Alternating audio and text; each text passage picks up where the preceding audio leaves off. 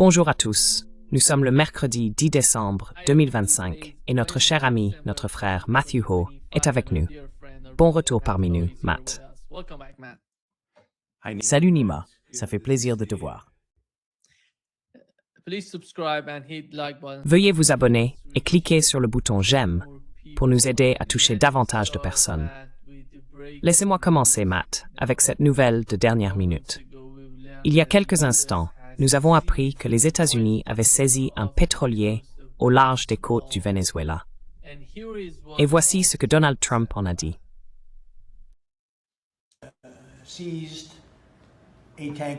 Ils ont saisi un pétrolier au large des côtes du Venezuela.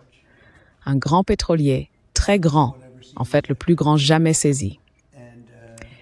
Et d'autres choses se passent, donc vous verrez ça plus tard et vous en parlerez plus tard avec d'autres personnes. Oui, deuxième partie. Eh bien, on le garde, je suppose. Où va-t-il? Eh bien, il faut suivre le pétrolier. Vous êtes un bon homme d'affaires. Suivez simplement le pétrolier.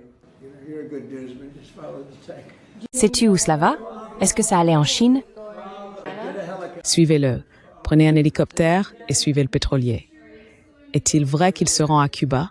Je suppose que nous allons garder l'Othente. Oui, il veut le garder. Quelle est ta compréhension de ce genre de comportement? Bien sûr qu'il veut le garder, non? Je veux dire, c'est le plus grand jamais saisi. Bien sûr que oui, le plus grand jamais saisi. Donald Trump est impliqué, tu sais? Je veux dire, c'est une provocation, non?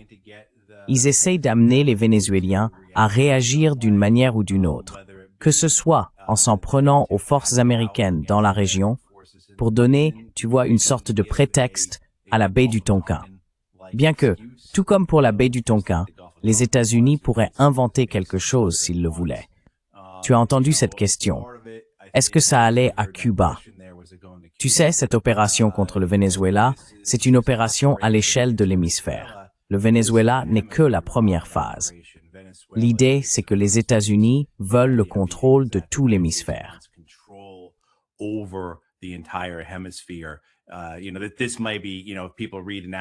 Vous savez, cela peut être, les gens lisent et posent des questions sur la stratégie de sécurité publiée vendredi dernier. Mais nous avons aussi déjà eu cette conversation à propos de la refonte ou du réagencement de l'Empire américain, selon la vision de Donald Trump.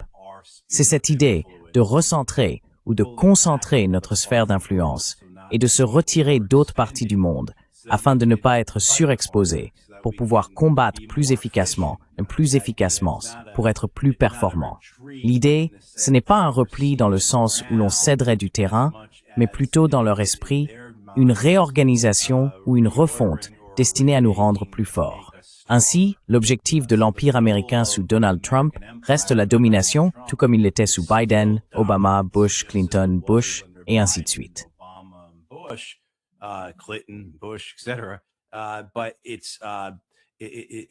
Mais c'est, tu sais, pour le faire d'une manière plus intelligente, d'une façon plus réfléchie. Je pense que ça finira de la même manière que les guerres américaines ont toujours fini. Tu sais, dans la seconde moitié de l'administration Obama, les États-Unis ont décidé qu'ils allaient commencer à mener ces guerres de façon plus intelligente. Donc nous allions utiliser des drones et des forces par procuration, n'est-ce pas? Nous n'allions pas déployer nos troupes en Libye et en Syrie, comme nous l'avions fait en Irak et en Afghanistan. Et bien sûr, on se retrouve au même point. Je pense que c'est aussi ainsi que la nouvelle vision impériale de Donald Trump va se terminer. Mais oui, tu as entendu ce commentaire sur Cuba, et tu as aussi entendu un commentaire sur la Chine. Une partie de cette stratégie consiste à chasser la Chine de l'hémisphère.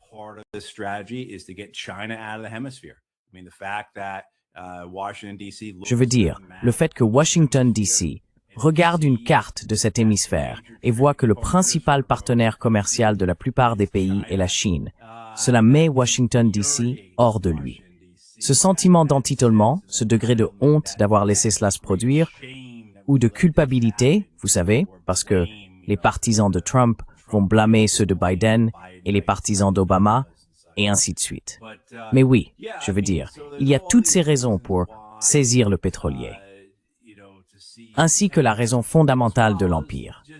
Parce que nous le pouvons, parce que nous estimons y avoir droit, parce que nous voulons que vous cessiez votre comportement.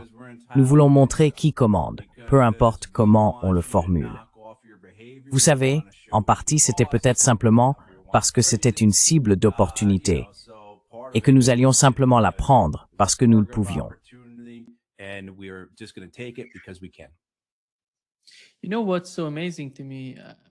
Tu sais ce qui m'étonne le plus, Matt? Je pense que l'ère de la saisie des pétroliers est révolue. On ne peut pas montrer sa force, sa puissance, par ce genre d'action, si l'on veut paraître libre. Tu vois, pour montrer aux autres pays, comme tu l'as mentionné, la Chine est le véritable concurrent des États-Unis, comme ils l'ont dit dans la stratégie de sécurité nationale, ils parlent de la Chine, de la manière de la confronter. Ce ne sont pas des signes de puissance ou de force, n'est-ce pas? Sont-ils vraiment inquiets de cela? De la façon dont ils vont être perçus par la Chine, par exemple?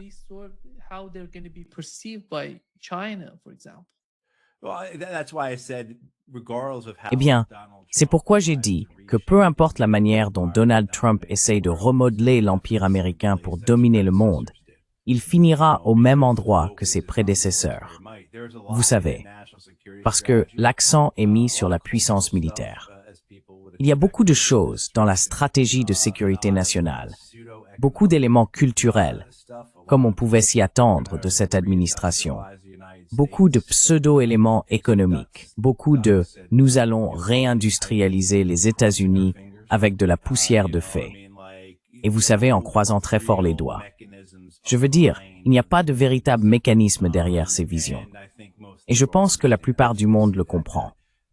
Ils voient bien que, dans la réalité, les États-Unis vont encore s'appuyer sur leur armée pour atteindre leurs objectifs, et que cela ne pourra que se terminer de la même manière que ces 50, 60, 70 dernières années de primauté américaine, menées par les États-Unis.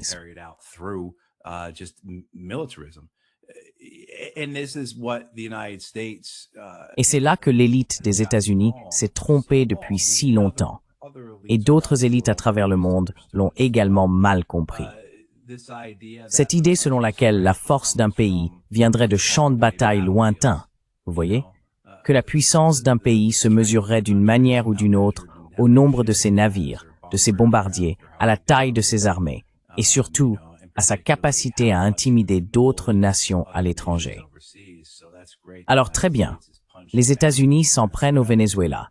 Vous savez, comme l'a dit Andy Bacevich à propos de la guerre en Irak, ce n'est pas une grande surprise. Ohio State a battu Bowling Green, 62-0. Je veux dire, je pense que les concurrents des États-Unis, leurs adversaires, comme nombre de leurs alliés, reconnaissent un empire défaillant, un empire en déclin, qui ne dispose plus que d'un seul outil, et les dangers que cela peut représenter.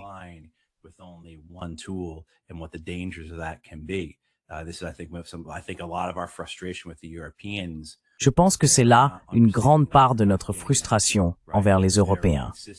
Ils ne comprennent pas cela, ou ne le saisissent pas, n'est-ce pas?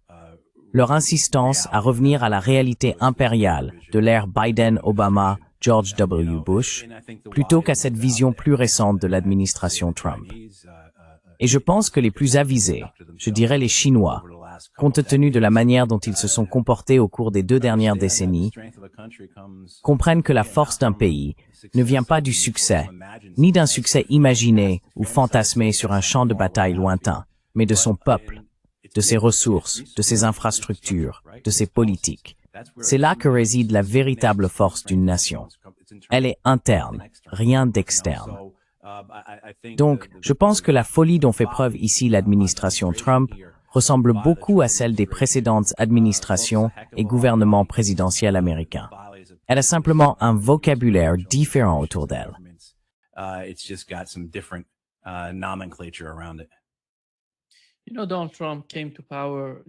Vous savez, Donald Trump est arrivé au pouvoir, d'une certaine manière, en critiquant Joe Biden et les anciens présidents pour les changements de régime et les dépenses excessives. L'USAID, tout cela. En regardant ce qu'il a fait jusqu'à présent, se rendre en mer Rouge et maintenant au large du Venezuela, combien d'argent a-t-il dépensé jusqu'à présent? Oh, billions, Nima. Yeah. Oh, des milliards, Nima. Oui, sans même parler de la défense d'Israël, n'est-ce pas? Ainsi que de la participation à la guerre d'Israël contre l'Iran. C'était quand déjà? En mai ou en juin. La guerre de 12 jours, peu importe laquelle. Je veux dire, les milliards de dollars dépensés pour cela. Que ce soit le coût du largage de 14 bombes pénétrantes de très grande puissance, les MOP, qui valent je crois 8 ou 9 millions de dollars chacune, ou l'utilisation d'avions américains tout au long de cette année au Moyen-Orient pour soutenir les opérations israéliennes. Par exemple, nos avions ravitailleurs, assurant le ravitaillement en vol des F-15, F-16 et F-35 israéliens alors qu'ils se dirigent pour lancer des missiles contre l'Iran. Et bien sûr, toutes les batteries de missiles qui ont tiré ces intercepteurs de défense aérienne, qu'il s'agisse de Ta'ad ou de Patriot, on parle de milliards et de milliards de dollars. Et bien sûr, l'administration précédente, l'administration Biden, a dépensé tout autant, sinon plus.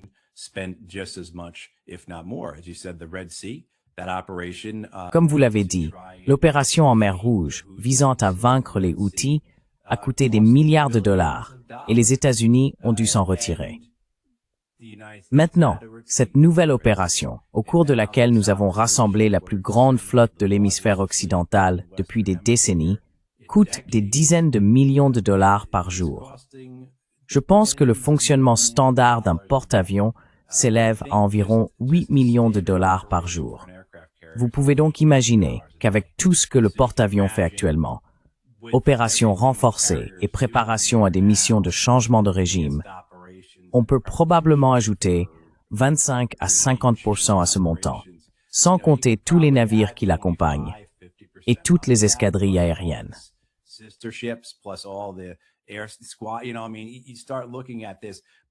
Vous savez, je veux dire, on commence à regarder tout ça, mais le coût n'a aucune importance pour ces gens-là. Le coût est quelque chose auquel ils ne pensent même pas. Ils ne veulent même pas en entendre parler. Donc l'idée qu'il puisse y avoir une discussion, une restriction ou une contrainte sur l'utilisation de l'armée américaine à l'étranger, parce que cela coûterait trop cher, je n'ai jamais rien vu de tel, à part venant de quelqu'un comme Tom Massey, Ron Paul ou Barbara Lee. Matt, ce qui se passe dans le cas du Venezuela m'étonne, parce que, habituellement, les changements de régime se faisaient de manière clandestine. Tu sais, ce n'était pas comme ce qui se passe en ce moment. Le président vénézuélien dit qu'il est prêt à discuter avec les États-Unis, prêt à conclure un accord, prêt à tout, mais on lui répond simplement « Nous avons besoin d'un changement de régime et nous allons te l'imposer ». Ce qui se passe avec l'administration Trump me sidère, car, comme nous le savons, l'une des principales rhétoriques de Donald Trump avant son élection était « Je suis contre les changements de régime. Je n'aime pas ce genre de politique. » Et pourtant, on voit bien ce qui se passe avec la politique américaine envers le Venezuela. Je ne les vois pas y parvenir.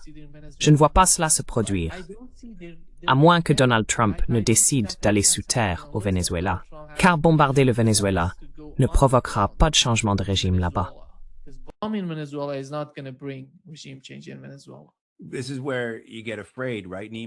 C'est là que tu commences à avoir peur, n'est-ce pas, Nima, à propos des informations qui arrivent sur le bureau de Donald Trump. Qui sont ces réalistes cinglés, comme les appellerait C. Wright Mills, qui dominent la politique du Venezuela, les milieux des affaires étrangères des États-Unis, qu'ils soient gouvernementaux ou non gouvernementaux, qu'il s'agisse du Pentagone, du département d'État, de la CIA ou des groupes de réflexion qui fournissent environ 7 séances d'information sur 10 aux membres du Congrès. C'est un point noté en passant. Les membres du Congrès reçoivent la plupart, sinon presque toutes, de leurs informations sur les guerres américaines et les opérations militaires à l'étranger de la part de groupes de réflexion financés par l'industrie de l'armement.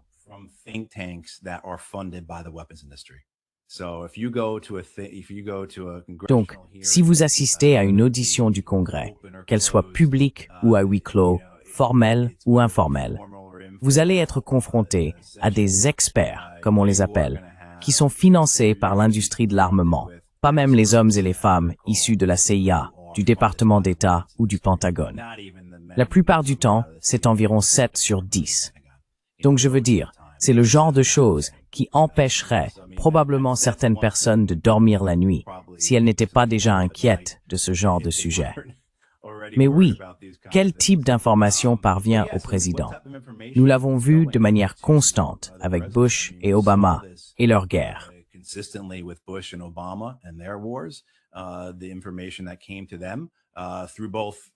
Les informations qui leur sont parvenues à la fois du gouvernement américain et de ces groupes de réflexion.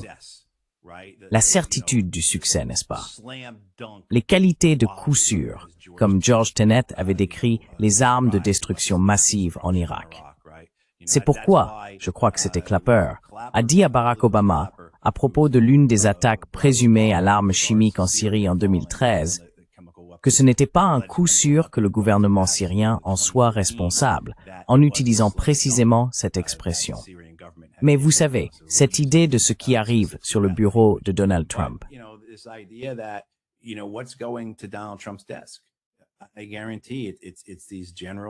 Je te garantis que ce sont ces généraux, ces amiraux, ces experts, qui disent à Trump, Vance, Exet, tu sais, Rubio a déjà pris sa décision, j'en suis sûr. Et ensuite, aux membres du Congrès, que, oh, c'est une certitude. Il suffit de faire des frappes aériennes ici, des frappes aériennes là, de la précision par-ci, par-là, tu vois. Et ensuite, essentiellement, le gouvernement de Maduro s'effondrera, comme si on retirait une carte d'un château de cartes. Et puis, bien sûr, nous avons l'opposition qui attend son heure. Donc, tu as eu ces groupes NED, IRI et NDI, toutes ces organisations financées par l'USAID, qui investissent des millions de dollars au Venezuela depuis des décennies, se préparant à ce moment.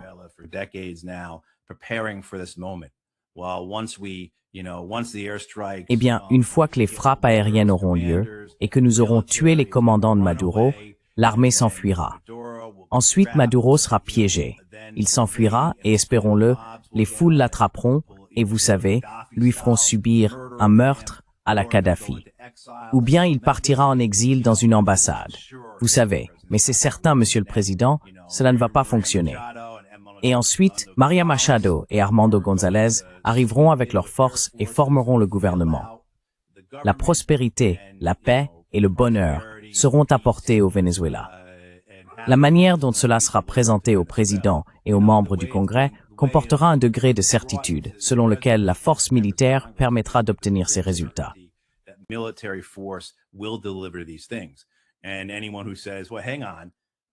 Et toute personne qui dit « Eh bien, attendez, je n'ai jamais lu un livre d'histoire qui me dise que c'est le cas », se verra répondre « Eh bien, vous ne savez pas vraiment de quoi vous parlez ».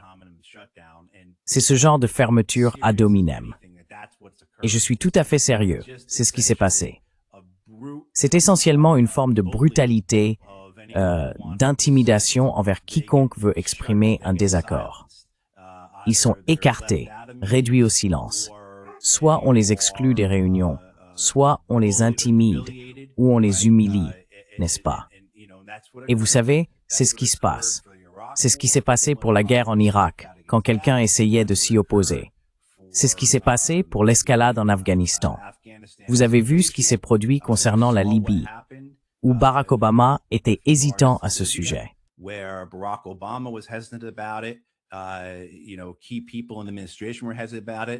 Des personnes clés de l'administration étaient hésitantes à ce sujet.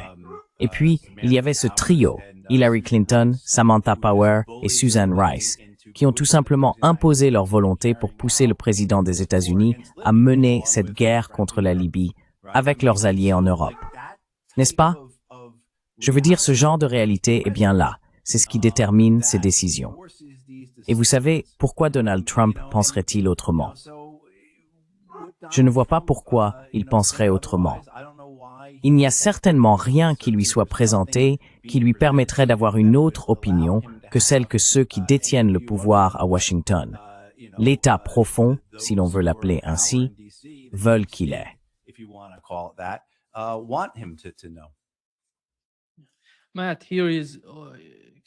Matt examine ici la stratégie de sécurité nationale des États-Unis. Comme nous en avons déjà parlé, la Chine étant l'objectif ultime, la principale cible de l'administration américaine. Voici ce qu'a déclaré l'actuel président des chefs d'état-major interarmés à propos de la Chine.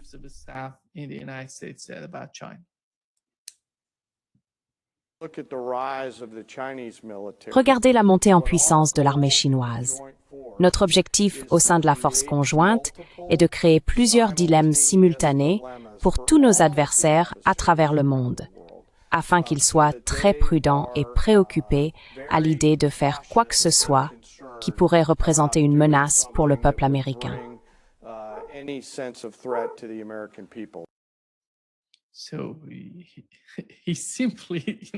Donc en gros, il rassemble toutes ces personnes pour riposter. Tu vois, Matt, j'ai été un peu surpris par ce genre de stratégie de leur part. Ce sont des stratégies ratées, des stratégies qui ont déjà prouvé leur échec jusqu'à présent, mais ils continuent à les prôner, à les défendre.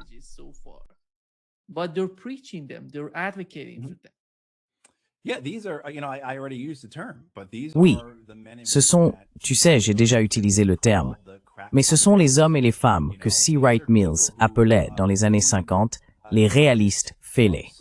Tu vois, ce sont des gens qui croient en ce monde à l'envers, complètement absurde, où ils ne savent pas, ou ne se soucient pas, ou sont simplement incapables de comprendre ce qui s'est réellement passé auparavant, sans parler d'avoir la moindre empathie stratégique ou compréhension de leurs adversaires. On voit cela partout dans l'armée américaine. Aujourd'hui même, je crois, ou peut-être que c'était hier, je lisais des commentaires du général américain à la tête de l'OTAN. Pardonne-moi, car plusieurs mois plus tard, je n'arrive toujours pas à prononcer son nom, Grinch, ou quelque chose comme ça.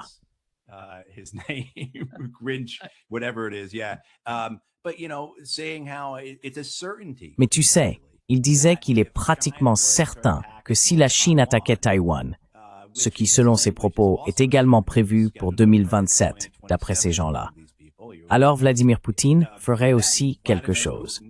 Selon ses mots, l'homme à la tête de l'OTAN a déclaré qu'il avait déjà été convenu, en substance, que Xi irait voir Poutine pour lui dire « Hey, je vais attaquer Taïwan.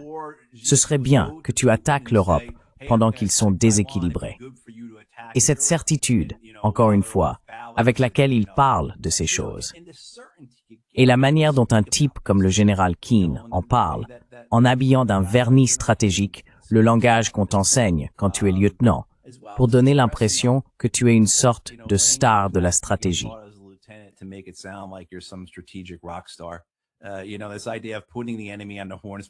Vous savez, cette idée de placer l'ennemi face à un dilemme.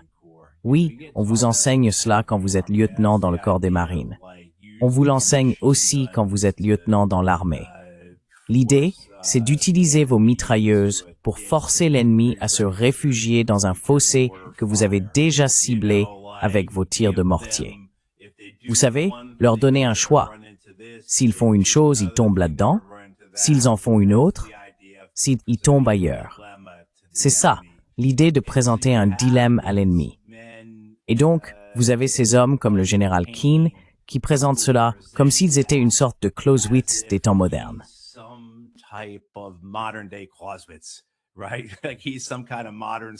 Exactement. C'est une sorte de Sun Tzu moderne. Et tous les flagorneurs, tous ceux des médias et les commentateurs, ainsi que les autres membres du corps des officiers autour de lui, ne feront qu'admirer à quel point il est brillant, perspicace ou sage, alors qu'en réalité, ils ne font que reformuler le jargon qu'on apprend quand on est lieutenant, tout en affichant une certitude à propos d'autres pays, d'autres dirigeants, fondée sur quoi, au juste?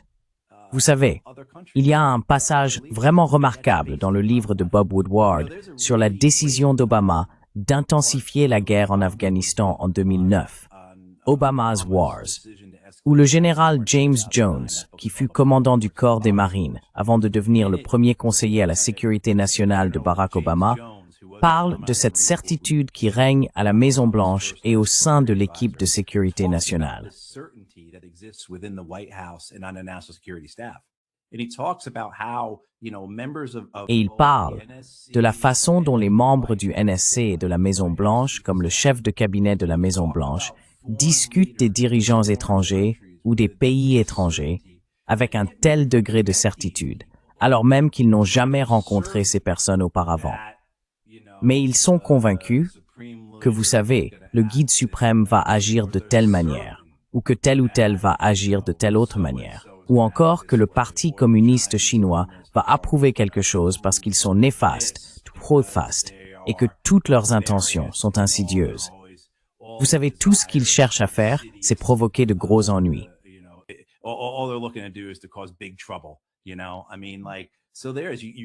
Tu sais, je veux dire, on voit cette répétition, ce même schéma qui se répète encore et encore chez les figures américaines au pouvoir. Et c'est parce que c'est l'institution elle-même, c'est ce qu'elle produit. En fin de compte, ce genre de certitude à propos de nos adversaires, des autres pays du monde, des dirigeants individuels, ce genre de certitude ne fait que nourrir l'intérêt propre des institutions qu'ils représentent. Et ils n'arrivent jamais au sommet de ces institutions à moins d'être totalement engagés à leur apporter un soutien total, n'est-ce pas?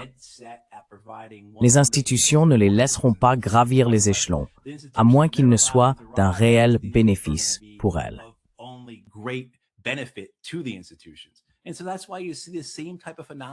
Et c'est pour cela que l'on voit le même type de phénomène se reproduire encore et encore.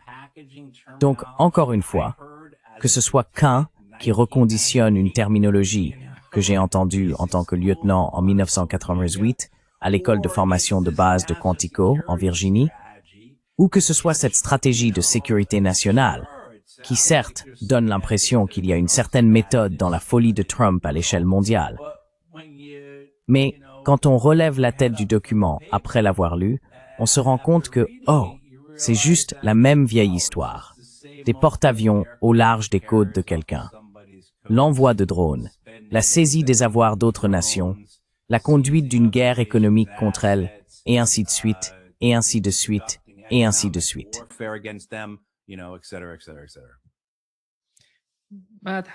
Matt, comment as-tu trouvé la situation avec les Européens et l'Ukraine dans le document NSS?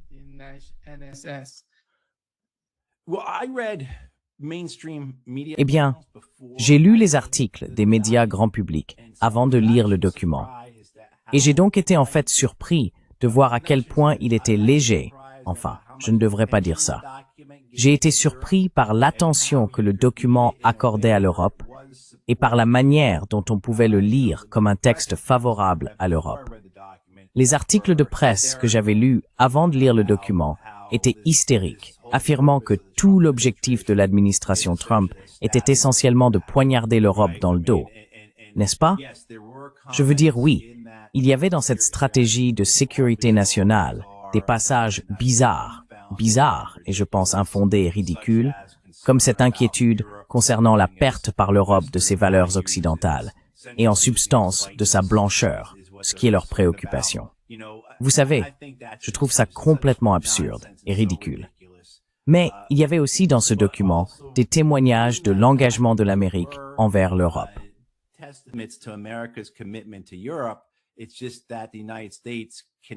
C'est simplement que les États-Unis ne peuvent plus fournir les ressources qu'ils offraient autrefois. Donc il y a là une certaine rationalité, une approche mesurée. Vous savez, je suppose que je sais que j'ai critiqué tout cela auparavant, mais il y a certains aspects dont on pourrait dire, comparé à ses prédécesseurs qui voulaient promettre, je crois que la façon dont le document le décrivait, c'était les États-Unis comme Atlas portant le monde sur ses épaules, n'est-ce pas? Je pense que c'est une bonne description des États-Unis cherchant à dominer, à être dominant, l'hégémon mondial, refusant totalement d'accepter que nous vivons désormais dans un monde multipolaire.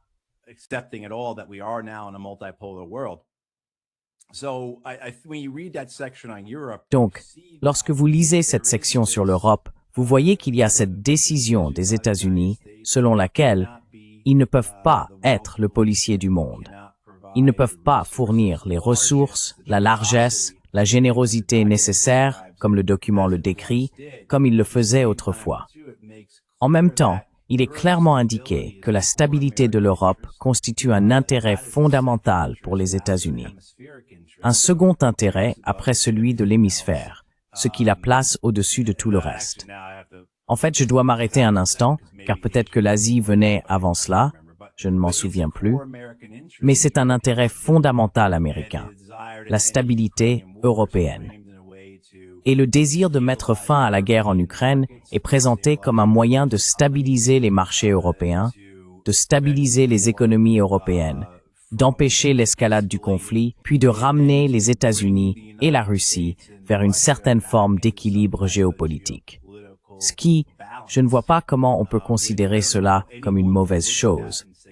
À moins de vouloir que cette guerre continue, parce qu'on croit à cette bataille manichéenne du bien contre le mal, qu'on reste attaché à ce système de croyance de la guerre froide, selon lequel l'Ouest est bon et l'Est est mauvais.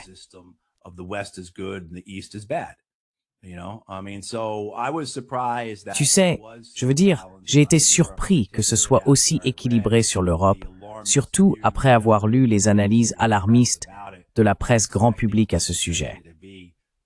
Je m'attendais à ce que ce soit, tu vois, en gros une reprise du réquisitoire que J.D. Vance avait lancé contre les Européens vers mars lors de la conférence sur la sécurité de Munich. Je pensais que ce serait ce genre de diatribe. Et ça ne l'était pas. Il y a bien quelques éléments de cela, bien sûr, et je ne suis pas d'accord avec eux.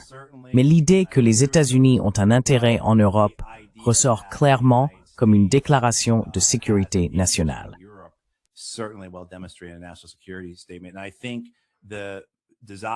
Et je pense que le souhait de l'administration Trump d'obtenir un règlement négocié pour mettre fin à la guerre en Ukraine est, vous savez, bien fondé pour 3 raisons. Stabiliser l'Europe, empêcher l'escalade du conflit et rééquilibrer les relations avec les États-Unis. De plus, je crois, maintenant que je m'en souviens, que le document indique qu'il est dans l'intérêt fondamental des États-Unis que l'Ukraine reste une nation viable. Ce qui, je pense, vous savez, vous êtes d'accord. Je suis d'accord. La plupart des gens qui regardent sont d'accord. Si cette guerre continue, l'Ukraine ne sera plus une nation viable.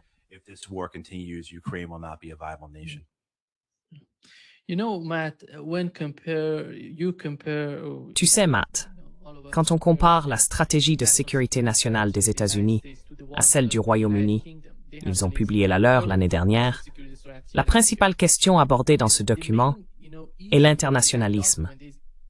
Comment gérer la guerre? Comment maintenir l'hégémonie de l'Occident?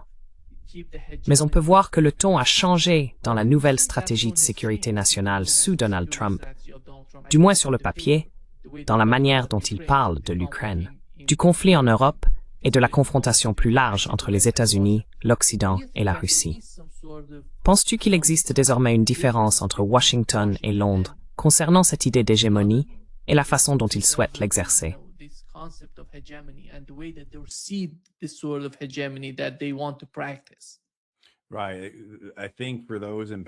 D'accord. Je pense que pour ceux qui détiennent le pouvoir en Europe, dans la plupart des capitales, à quelques exceptions près, mais notamment dans les pays scandinaves, dans le groupe des 3, E3, comme on les appelle, et dans les pays du Benelux, il existe une volonté de maintenir le statu quo. Il y a une crainte que tout changement ne soit pire pour eux. Je pense que les dirigeants européens reconnaissent à quel point l'Europe est faible, qu'au cours des 30 dernières années, depuis la fin de la guerre froide, alors qu'elle aurait vraiment pu se redéfinir avec un certain degré d'autonomie vis-à-vis des États-Unis, une certaine indépendance par rapport à l'Empire américain. De manière à ce que mes accusations et celles d'autres personnes, selon lesquelles l'Europe serait un ensemble d'États vassaux de l'Empire américain, ne soient tout simplement pas vraies, ou du moins peu fondées. Ils n'ont choisi de faire.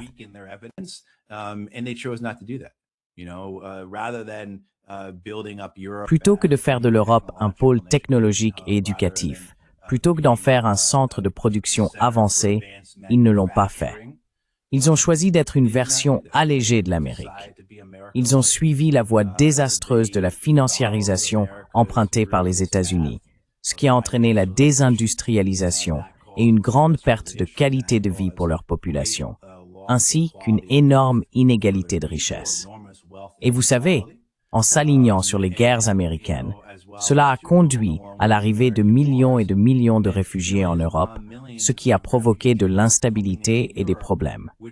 Écoutez, je crois profondément à la migration et à l'immigration.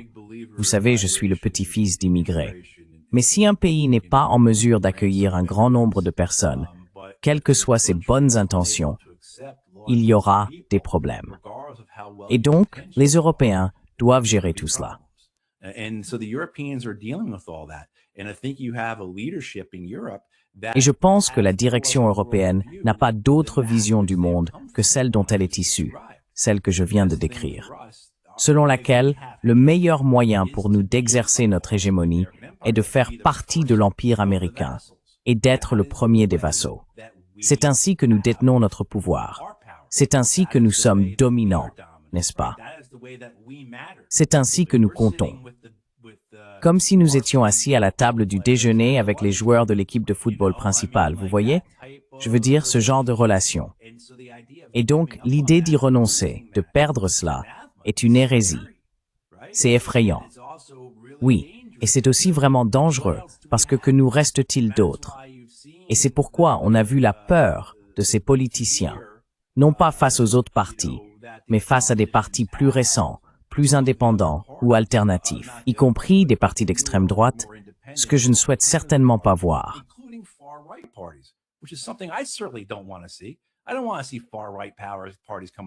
Je ne veux pas voir des partis d'extrême droite arriver au pouvoir au Royaume-Uni ou en Allemagne.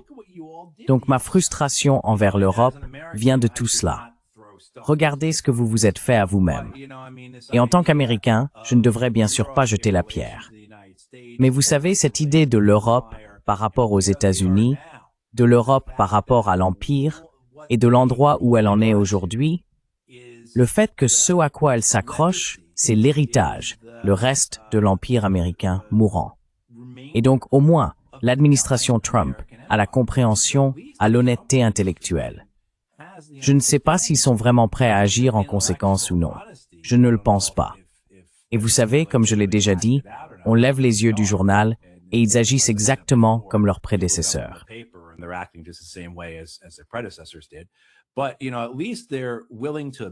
Mais, vous savez, au moins ils sont prêts à admettre que les États-Unis ne sont plus la seule superpuissance. Au moins ils sont prêts à admettre que le monde multipolaire n'est pas quelque chose qui est à venir.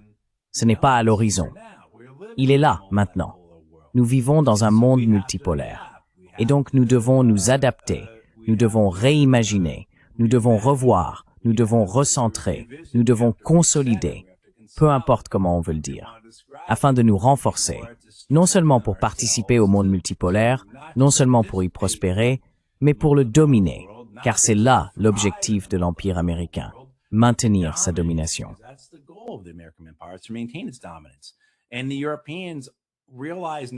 Et les Européens réalisent maintenant que cela ne les inclut pas.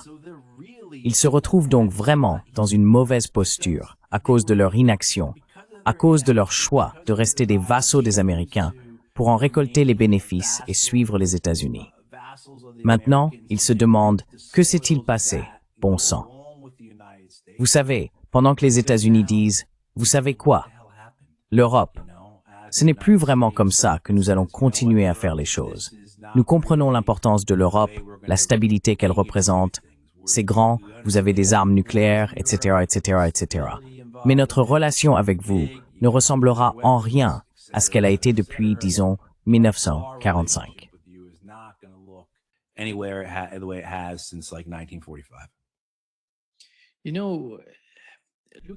Tu sais, en regardant l'Europe, Matt, je ne comprends pas la logique dans l'esprit de ces Européens. Mais ça m'étonne. Je suis allé en Europe, j'y suis allé, et je n'arrive tout simplement pas à comprendre cette attitude, cette sorte de désir qu'ils ont de se détruire eux-mêmes au nom d'une guerre, une mauvaise guerre, quelque chose qui a déjà détruit l'Ukraine. Mais ils sont prêts à détruire toute l'Europe pour ça. Tu sais, ils ont la guerre en Ukraine, et on dirait qu'ils ne peuvent pas vivre sans elle. Tu sais, d'une certaine manière. Oups. Tu m'entends? Can you hear me? Je t'ai perdu pendant environ 20 secondes. So, Oui. Il me semble que lorsque je regarde les Européens, c'est comme quelqu'un dans un casino qui a perdu ce qu'il avait dans sa poche, mais qui n'admet pas encore combien il a perdu jusqu'à présent. Il veut tout miser.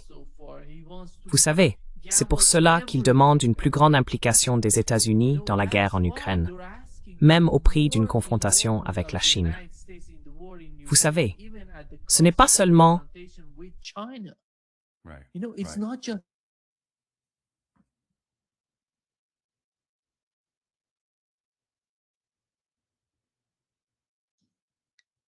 Je ne sais pas ce qui se passe ici. Tu m'entends? I don't know if it's on. Yeah, now I can hear Oui, you. maintenant je t'entends. Mais je t'ai perdu pendant environ 20 secondes. Je t'ai perdu quand tu as dit « Je ne sais pas ». Je ne suis pas sûr que ce soit de mon côté ou du tien. Je pense que le problème vient de mon côté. J'ai essayé de changer de table pour le résoudre. Mais il ne s'agit pas seulement des Européens. Ils ont même convaincu Netanyahou, qui fait face à de nombreux problèmes dans son propre pays. Il parle de s'opposer à la Chine. C'est incroyable pour moi, en regardant la situation actuelle. Les Européens, la façon dont ils se comportent face au conflit en Ukraine. Yeah, you know, it is. It's ruinous, right? It makes no sense. Oui, tu sais, c'est vrai. C'est désastreux, non? Ça n'a aucun sens. Et on peut voir que leur désir de quelque chose qui appartenait au bon moment du passé les conduit sur une voie de destruction, n'est-ce pas? Leur droiture et leur foi en eux-mêmes. Et je ne veux même pas réduire ça à un simple intérêt personnel flagrant, mais plutôt, tu vois, c'est plus vaste que ça. C'est presque métaphysique, existentiel si tu veux, dans le sens où s'ils perdent cela, ils sont complètement perdus. Et je pense que c'est le cas. Je pense que l'Europe est à un carrefour où une transformation est en cours. Et une grande partie de celle-ci a eu des effets vraiment durs sur la population. Tu vois? Je veux dire, ce n'est plus l'Europe qui garantissait autrefois l'éducation et les soins de santé. On ne te garantit plus un emploi à vie. You know, you're not guaranteed a job for life. I mean, this is a real hard change. Je veux dire, c'est un changement de mode de vie vraiment difficile, si l'on veut parler de la qualité de vie des Européens. Et les dirigeants là-bas considèrent que leur seul moyen de conserver le pouvoir n'est pas de s'attaquer à ces problèmes, mais de redoubler de militarisme, en espérant que d'une manière ou d'une autre, cette guerre en Ukraine fournisse une identité capable de rassembler tout le monde autour d'eux et de les soutenir. L'idée étant qu'en temps de guerre étrangère, le pays s'unira et mettra de côté ses différends internes. Mais ils ne peuvent pas mener la guerre eux-mêmes, car la population ne la soutient pas. Et ils sont aussi tellement affaiblis sur le plan militaire qu'ils ne peuvent pas la mener seuls. Ils doivent donc passer par un intermédiaire. Et pendant de nombreuses années, surtout au cours des dernières années de la guerre en Ukraine, après l'invasion de la Russie, c'est les États-Unis qui ont joué ce rôle.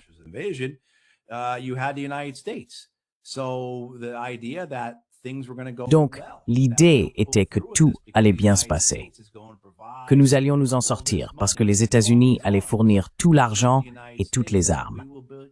Et avec les États-Unis, nous allions battre les Russes. Ensuite, nous montrerions à notre peuple que nous sommes de vrais dirigeants, et vous savez, etc., etc., etc. Mais ça ne se passe pas comme prévu. Donc le désespoir que vous voyez dans leur volonté, non pas simplement de trouver une résolution ou de faire en sorte que leur point de vue sur l'Ukraine soit représenté lors des négociations, ce qui, on peut le dire, est légitime. Ils sont directement impliqués. Ils ont dépensé des centaines de milliards de dollars. Ils devraient avoir leur mot à dire, mais dans leur volonté de saboter, voilà.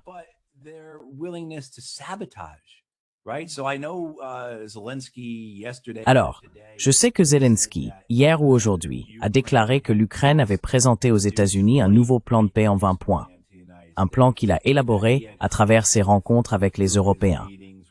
Vous savez combien de clauses empoisonnées pensez-vous qu'il y a là-dedans? Combien de ces 20 points sont des clauses que les Russes n'accepteraient jamais, destinées à saboter le plan et à simplement prolonger la guerre. Et espérons simplement que les Américains retrouveront la raison, ou sinon qu'ils pourront prolonger cette guerre pendant au moins 2 ans de plus en utilisant les avoirs russes gelés. Ils finiront par trouver une solution. Dans 1 an, les démocrates gagneront en 2028 et alors les Américains reviendront dans la guerre. D'ici là, l'économie russe se sera certainement effondrée.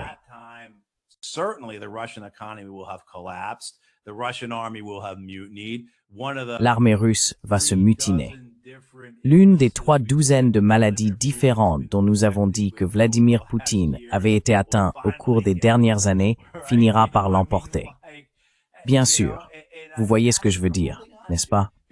Et c'est à cela qu'ils s'accrochent, parce que l'alternative est la suivante.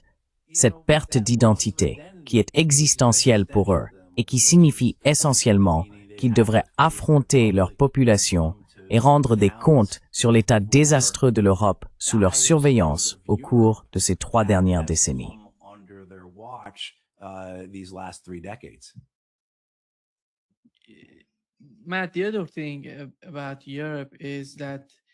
Matt, l'autre chose à propos de l'Europe, c'est que, comme nous le voyons avec la situation en Ukraine, la seule raison pour laquelle la guerre là-bas se transforme en ce genre de chaos, je parle des négociations visant à parvenir à un certain règlement, c'est l'Europe en ce moment. Les États-Unis ne s'intéressent plus vraiment à l'Ukraine.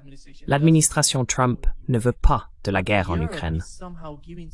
Mais l'Europe donne d'une certaine manière de faux espoirs à la direction ukrainienne en lui faisant croire que si elle poursuit le conflit, elle pourrait obtenir quelque chose, qu'elle pourrait se retrouver dans une meilleure position. Rien de tout cela n'arrivera. Et si l'Ukraine s'effondre, à qui va-t-on en attribuer la faute? Vont-ils accuser Joe Biden, qui n'est pas au pouvoir actuellement? C'est l'Europe, à mon avis. Elle fait tout ce qui est en son pouvoir pour créer des obstacles et des barrières à la conclusion de tout accord en Ukraine.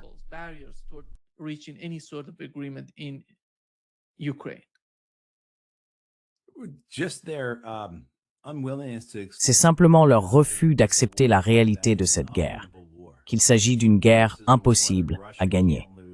Je veux dire, c'est une guerre que la Russie ne peut pas perdre et que l'Ukraine ne peut pas gagner. Il est certain que les perspectives d'effondrement de l'Ukraine, qu'elles soient politiques, économiques ou militaires, existent. En même temps, cette guerre peut continuer à s'éterniser. C'est pourquoi je dirais que les Russes ne devraient pas non plus être trop sûrs d'eux. Si vous croyez à la certitude en temps de guerre, je vous suggère de lire quelques livres d'histoire. C'est pourquoi je dirais que les Russes devraient considérer que cet accord suffit, et non pas ce que les Européens vont proposer, ce qui est inacceptable. Et les Russes, bien sûr, sont en train de gagner. Ils dominent à ce stade.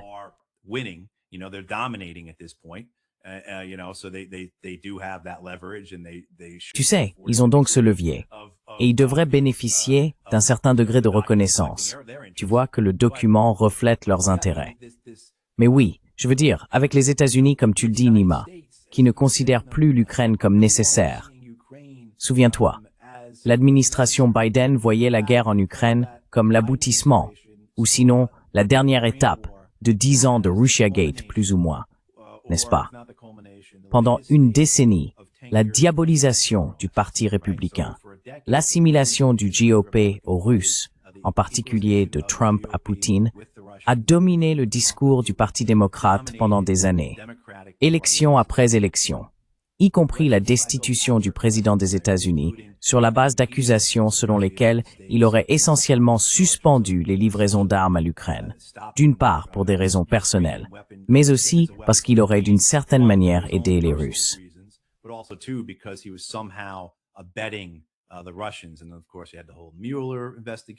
Et bien sûr, il y a eu toute l'enquête Mueller. Tout le monde connaît cette affaire, n'est-ce pas?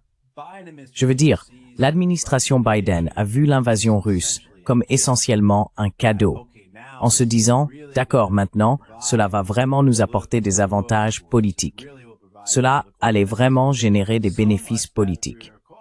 À tel point que si vous vous souvenez, en septembre 2023, lorsque Joe Biden a lancé sa campagne de réélection, La première publicité de la campagne Biden 2024 montrait Joe Biden se rendant à Kiev. Joe Biden en président en temps de guerre. Joe Biden soutenant l'Ukraine contre les méchants Russes. Vous savez, la démocratie contre l'autocratie. C'était le cadre que les démocrates avaient adopté, en particulier après 10 ans de Russiagate.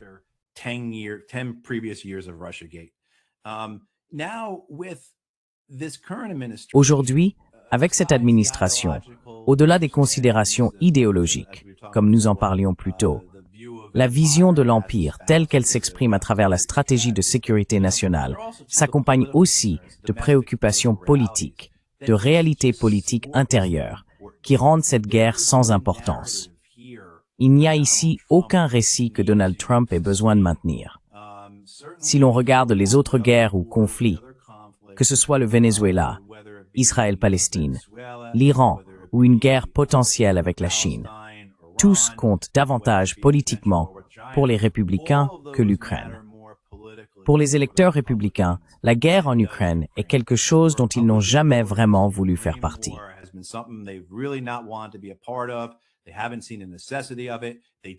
Ils n'en ont pas vu la nécessité. Ils n'y croyaient pas. Voilà, etc., etc., etc. Et les autres guerres ont une valeur politique pour les républicains. Bien sûr, le changement de régime au Venezuela, l'importance de la politique en Floride, vous savez, dans le GOP, dans le Parti républicain dominé par les zélotes de Cuba, et le Venezuela n'est qu'un élément secondaire de ces questions liées à Cuba pour eux. N'est-ce pas? Je veux dire, nous n'avons pas besoin d'entrer trop dans les détails sur les raisons pour lesquelles, politiquement, Israël et l'Iran sont importants pour les républicains. Vous savez, nous avons vu Benjamin Netanyahou revenir aux États-Unis pour la 5e fois cette année.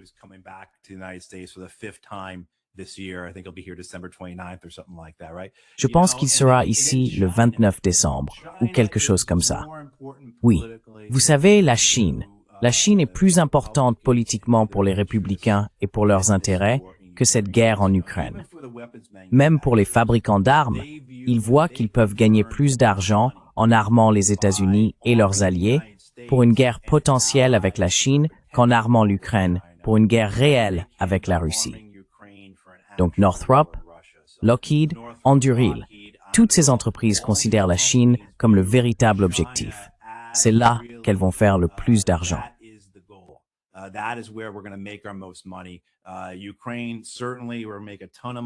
L'Ukraine, bien sûr, on va en tirer beaucoup d'argent, mais ce n'est pas du tout la poule aux œufs d'or que représente la Chine.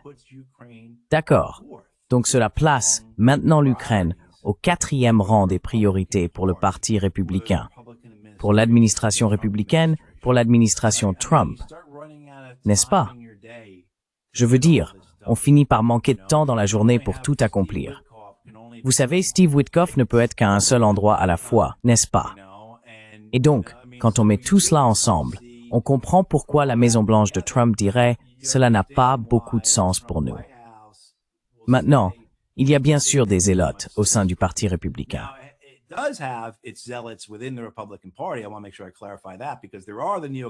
Je veux m'assurer de bien clarifier cela, car il y a les néoconservateurs, Mitch McConnell, Lindsey Graham, Tom Cotton et d'autres, qui voient l'importance de la Russie. Et pour eux, tout est important. Pour les néoconservateurs, c'est la même chose que pour les impérialistes de Biden. Tout est important. Il faut être partout. Les États-Unis doivent dominer le monde entier. Et encore une fois, c'est ce qui rend cette administration différente de ses prédécesseurs et différente de beaucoup au Congrès. Mais vous savez, quand on additionne tout cela, on peut comprendre pourquoi l'administration Trump dit « Oui, cette guerre doit se terminer. Nous devons sortir de cette affaire. C'est un engagement trop lourd pour nous. C'est dangereux, vous savez, etc. »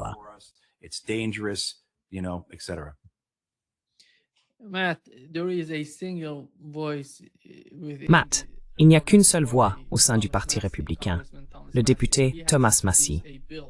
Il a présenté un projet de loi à la Chambre des représentants appelant les États-Unis à se retirer de l'OTAN. Comment percevez-vous ce type d'état d'esprit? À votre avis, y a-t-il une réelle nécessité pour l'OTAN de continuer à exister? Quel est l'avantage de l'OTAN pour les Européens? Et quel est l'avantage pour les États-Unis?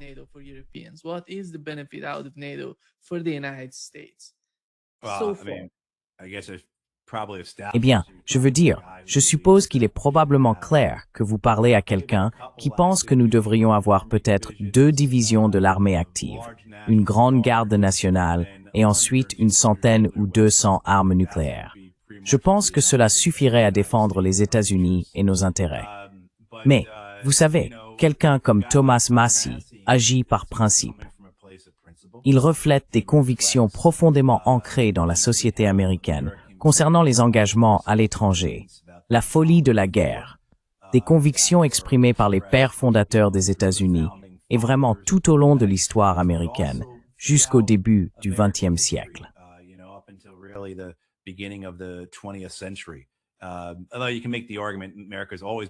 Bien que l'on puisse soutenir que l'Amérique a toujours été un empire, c'est simplement que nous avons décidé de nous étendre au-delà des mers une fois que nous avions enfin conquis les Amérindiens, ce qui est essentiellement ce qui s'est passé. Vous savez, 1 an ou 2 après que la dernière tribu amérindienne a été soumise par le gouvernement américain, un coup d'État a eu lieu à Hawaï. Cela a toujours été un empire. Mais il y a ces rares individus comme Massie qui sont des hommes de principe. Vous savez, je pense que Marjorie Taylor Greene, malgré tous ses problèmes, tous ses défauts, je n'arrive pas à croire que je dis ça en parlant d'elle positivement, mais je ne l'ai jamais vue de cette façon. Non, je veux dire, je n'aurais jamais imaginé que je pourrais.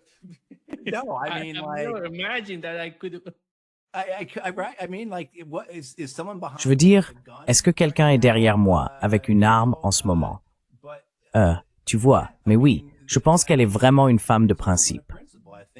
Je pense qu'elle a été trompée.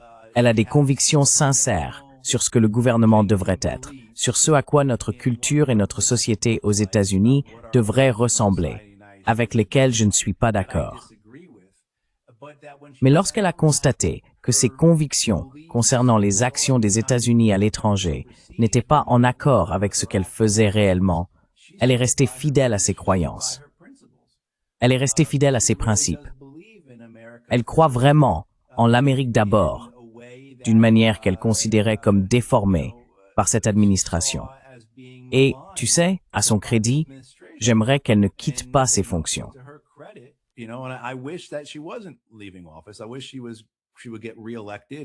J'aimerais qu'elle soit réélue et qu'elle continue à poser problème à l'administration.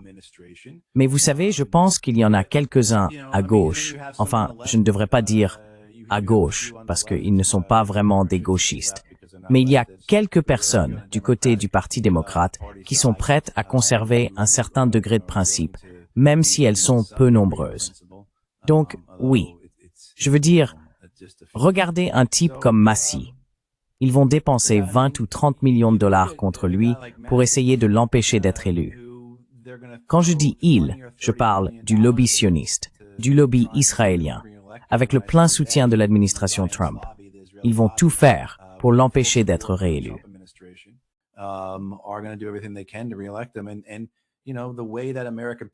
Et vous savez, la façon dont la politique américaine fonctionne, la façon dont la société américaine est structurée, la façon dont nos médias opèrent, l'importance des médias dans l'influence des actions des gens. Je ne sais pas si Thomas Massie va s'en sortir, n'est-ce pas? Parce que notre système ici repose tellement sur l'argent. Maintenant, peut-être qu'il s'en sortira. Enfin, je ne connais pas très bien sa circonscription. Peut-être qu'il s'en sortira. Mais ce n'est pas une menace vide de sens de vouloir le destituer. Donc, vous savez, c'est la conséquence de se dresser, très similaire à ce que nous voyons au Venezuela. C'est la conséquence de se dresser contre l'Empire. Que vous soyez un individu ici aux États-Unis ou un pays en Amérique du Sud, voilà ce qui va vous arriver. Et je veux dire, j'imagine que cela a toujours été ainsi à travers l'histoire. Mais certainement, pour ceux d'entre nous qui en sont témoins, nous n'avons pas à rester les bras croisés.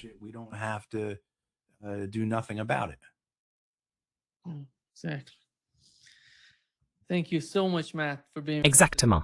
Merci beaucoup, Matt, d'avoir été avec nous aujourd'hui. Un grand plaisir, comme toujours. Oui, merci, Nima.